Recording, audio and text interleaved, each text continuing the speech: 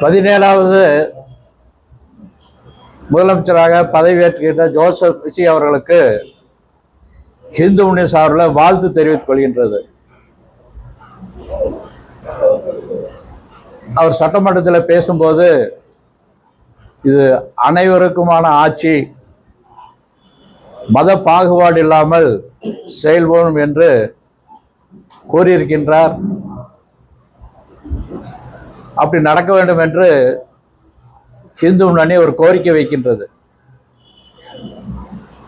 சட்டமன்ற தலைவர் அவளை தேர்ந்தெடுத்து வாழ்த்தும் போது நம்முடைய இன்றைய எதிர்க்கட்சியினுடைய தலைவர் உதயநிதி ஸ்டாலின் அவர்கள் சனாதனத்தை ஒழிக்க வேண்டும் என்று பேசியிருக்கின்றார். அவர் இன்னும் ஏதோ ஒரு சின்ன பையன் சிறுகுலத்தனமா பேசியிருக்கார், சின்ன பையனுக்கு நினைப்புல பேசியிருக்கார். ஒரு தமிழ்நாட்டினுடைய எதிர்க்கட்சியினுடைய தலைவர் எவ்வளவு பொறுப்பா நடந்துக்கணும் அப்படின்னு ஏற்கனவே எதிர்க்கட்சி தலைவராக இருந்திருக்காரு, முதலமைச்சராக இருந்திருக்கார். நம்முடைய ஸ்டாலின் அவர்கள் தன்னுடைய மகனுக்கு அறிவுரை சொல்லணும் அப்படின்னு கேட்டுக்கிறோம். ஏன்னா அவர் தொடர்ந்து இந்துக்களை மாத்திரம் கேவலமா பேசிட்டு இருக்கார். ஒரு மாநாட்டினுடைய நிகழ்ச்சியில போய் ஏற்கனவே இந்த மாதிரி கொசு, டெங்கு இது மாதிரி ஒழிக்கிற மாதிரி சனாதனத்தை ஒழிக்க வேண்டும் என்று கூறியிருக்கின்றார். அங்க பல்வேறு மாநிலங்கள்ல வழக்கு தொடுத்திருக்காங்க. அவர் இப்ப ஜாமீன்ல தான் இருக்காரு. திரும்பவும் நேற்று எதுக்கு அதை பேசினாரு, தேவையில்லாம அந்த இதை கொண்டு வந்திருக்காரு. ஏதாவது ஒரு கிறிஸ்தவ மதத்தையோ அதனுடைய பண்பாட்டை பத்தியோ இஸ்லாமை பத்தியோ அதை பத்தி பேசியிருந்தாருன்னா என்ன நடந்திருக்குன்னு அவரே புரிஞ்சுக்கணும். ஏற்கனவே இந்த மாதிரியான தொடர்ந்து பேசினுடைய விளைவா இந்துக்களினுடைய ஓட்டை இழந்திருக்கார். 200 சீட்டு வரும், 210 சீட்டு வரும்னு சொல்லிட்டு இருந்தவங்கள இன்னைக்கு மக்கள் அவரை காணாம பண்ணியிருக்காங்க. தொடர்ந்து இந்த மாதிரி பேசிட்டு இருந்தாருன்னா ஜீரோவில் தான் இருக்கணும், அடுத்த தேர்தலில் ஜீரோவாக தான் இருக்கணும். அதனால இதை மாற்றிக்கணும் அப்படிங்கிறது இதனுடைய நோக்கம். விஜய் அவர்கள் டாஸ்மாக் கடையை குறைக்கணும், கோயில் கட்டியும் பள்ளிக்கூடங்கள்லையும்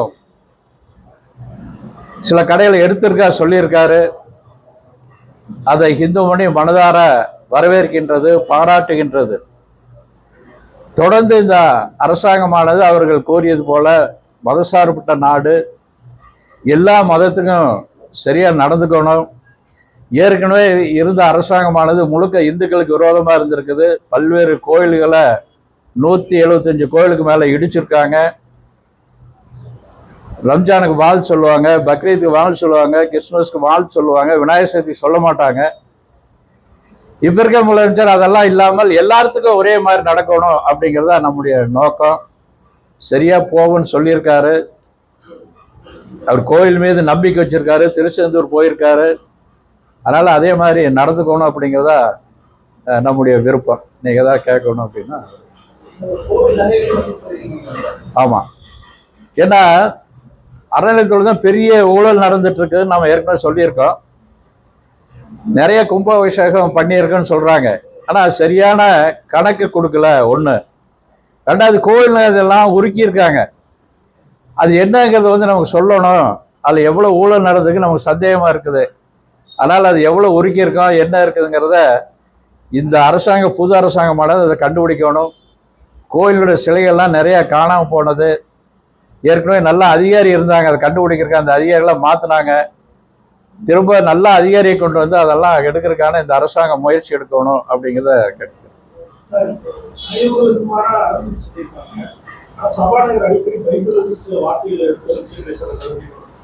இல்ல, அவர் ஒரு கிறிஸ்தவர், சபாநாயகர் ஒரு கிறிஸ்தவர் தான்.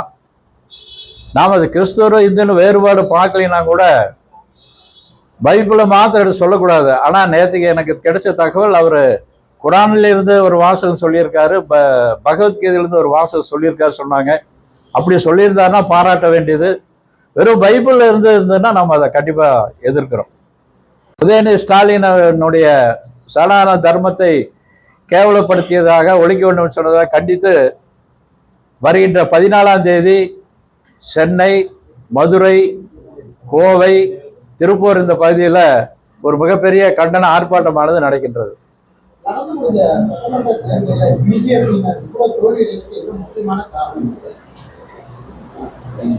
பிஜேபி என்னுடைய இந்து முன்னுடைய கருத்து, அவங்க தனியா நின்றுக்கணும், என்ன ஓட்டுன்னு பார்த்துருக்கலாம்.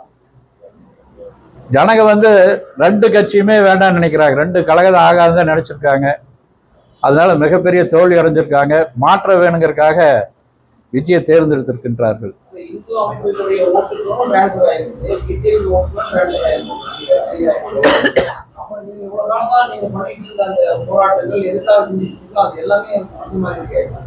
நாம சொல்றது, தொடர்ந்து இந்து முனை சொல்றது, பல்வேறு நிறுவனுடைய நிகழ்ச்சியிலும் கூட சொல்லியிருக்கோம், இந்து விரோத அரசாங்கத்தை தோற்கடிக்கணும், இந்து முனை அரசியல் கட்சி இல்லை அப்படிதான் சொல்லியிருக்கோம்.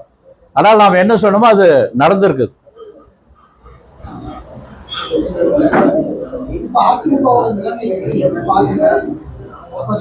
நம்ம அரசியல் பேசலாம் கூட அநேகமா அதிமுக ஒரு காணாம போகக்கூடிய ஒரு சூழ்நிலையில் தான் இருக்குது.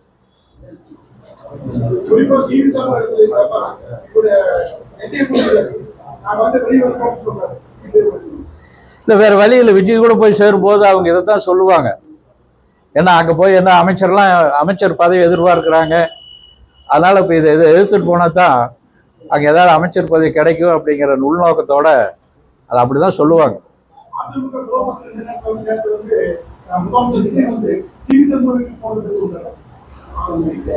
ஏன்னா அவரு வந்து CV சண்முக வீட்டுக்கு மாத்திரம் போகல, திருமாவளவன் வீட்டுக்கு போயிருக்காரு, கம்யூனிஸ்ட் வீட்டுக்கு எல்லாம் போயிருக்காரு. ஏன்னா இப்ப அவங்களுக்கு தான் பலம் அதிகமான MLA காமிச்சிருக்காங்க, அவங்க தான் உடனடியாக ஆதரவு கொடுத்துருக்காங்க.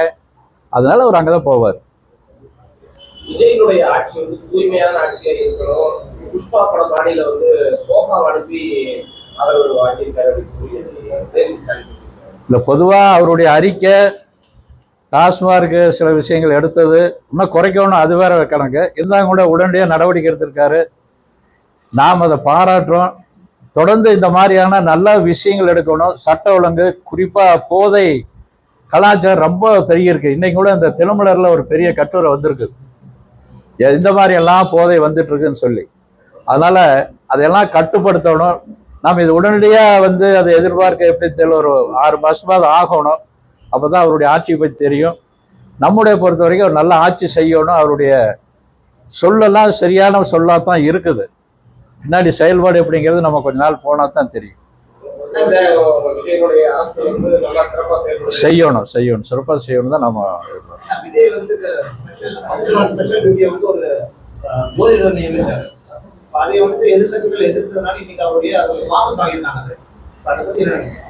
விஜய் அதை வாபஸ் வாங்கிருக்க கூடாதுங்க நம்முடைய நோக்கம். ஏன்னா பல நேரத்துல இந்த திமுக அரசாங்கம் இருந்தப்போ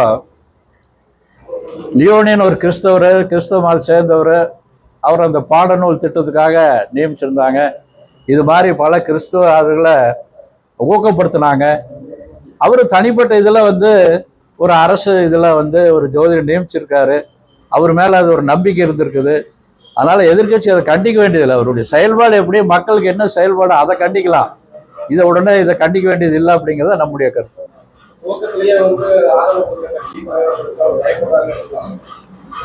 அதனால அதிமுக கொடுத்தனால அவர் நீ பயப்பட மாட்டார், தைரியமா இருப்பார்.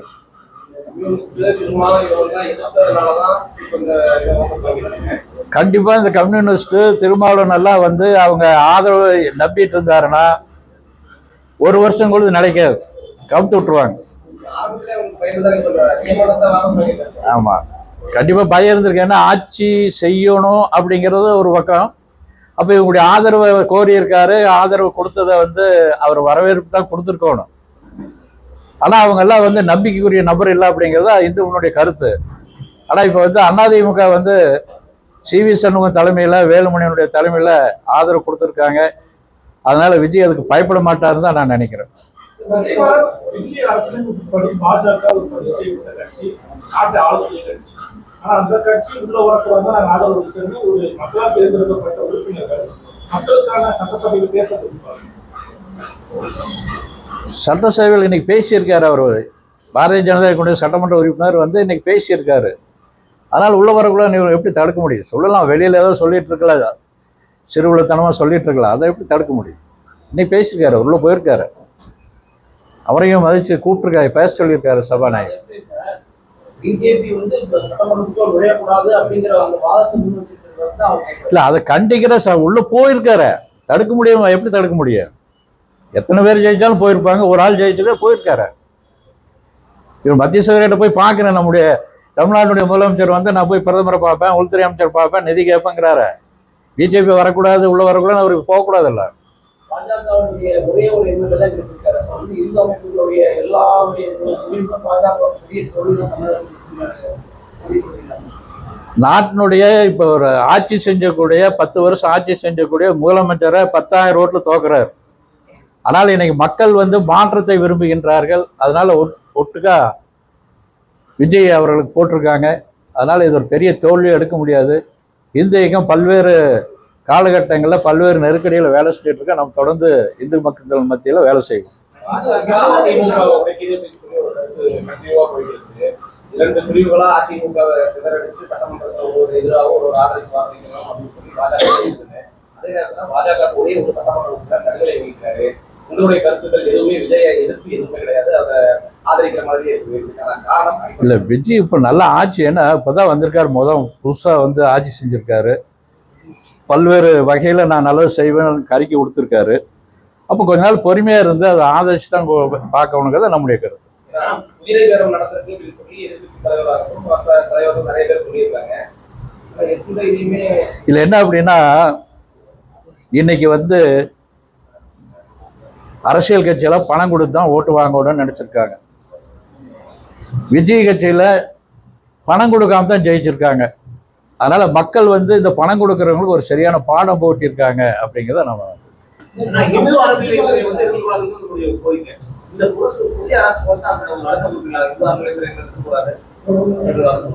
புரியல கேள்வி. இல்ல இந்து அறநிலையத்துறை நாம் என்ன சொன்னா, தனியார் ஒரு வாரிய அமைச்சு தனியார் கொடுக்கணும், அவங்க சிறப்பாக செய்வாங்க. அதுக்கு பல உதாரணங்கள்லாம் நம்ம சொல்றோம். கண்டிப்பா கொடுப்போம். நம்ம கோரிக்கை என்ன இருக்குதோ அது தொடர்ந்து சொல்லுவோம். ஒரு ஆட்சி சிறப்பாக செய்யணுங்கிறதுக்காக தான் வாழ்த்தொழிய பாய்க்கு நம்முடைய என்ன கோரிக்கை இருக்க தொடர்ந்து சொல்லுவோம். நாமளும் கூட அவருக்கு ஏதாவது நேரம் டைம் கேட்போம். பழைய அரசாங்கத்தில் நேரம் கேட்டால் எப்பவுமே சந்திக்கிறதுக்கான அவர் கொடுக்கல. இவர்கள் நேரம் கேட்டால் நம்முடைய கோரிக்கையெல்லாம் நேரடியாக கொடுக்கப்படும்.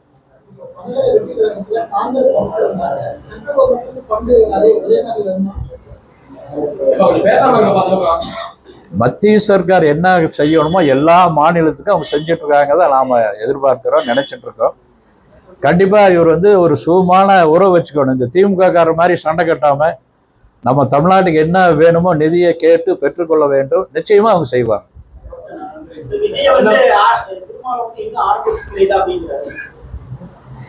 இப்ப மாத்திட்டாரு.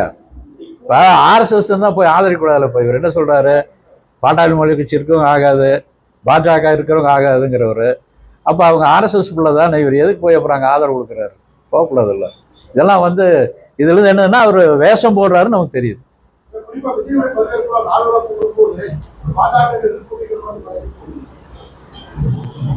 எப்படிங்க?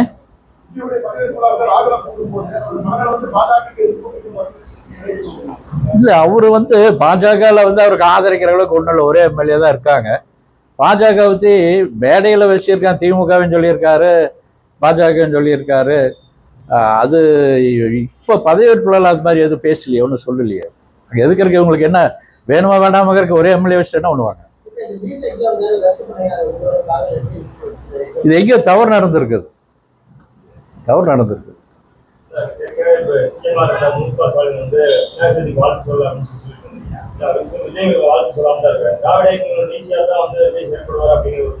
இல்ல விஜய் அன்னைக்கு வந்து ஒரு தனிநபரா ஒரு நடிகரா இருந்தாரு. இன்னைக்கு இந்த நாட்டினுடைய முதலமைச்சர். அவர் நான் எல்லாத்துக்கும் சமமா நடந்துக்கணும்னு சட்டசபையில் சொல்லியிருக்காரு. அதனால அவர்கிட்ட வர்ற காலங்களில் நம்ம எதிர்பார்க்கிறோம். சொல்லுவார்னு நினைக்கிறோம். பார்க்கல என்ன சொல்றேன்னா அது பார்க்கலாம்.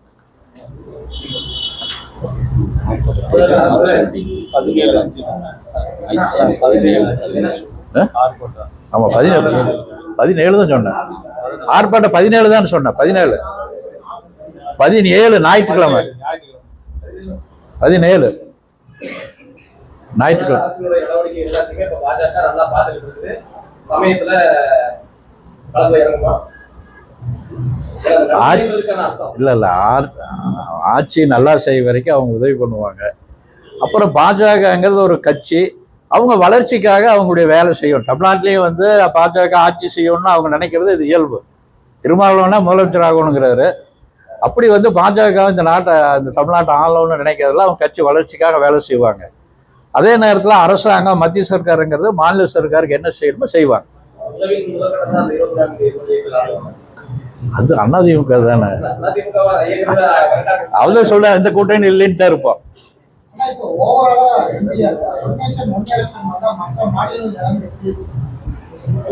பார்க்கலாம். அதுக்கான முயற்சி பண்ண நிறைய செலவெல்லாம் மிச்சமான ஏதோ முயற்சி பண்றாங்க. அது உடனே நடக்கணுமா என்னன்னு தெரியல. ரொம்ப சந்தோஷம் எல்லாத்துக்கும்.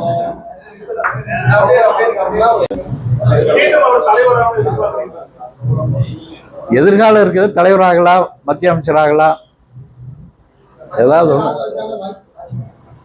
இருக்கு. பாஜக தமிழகத்தினுடைய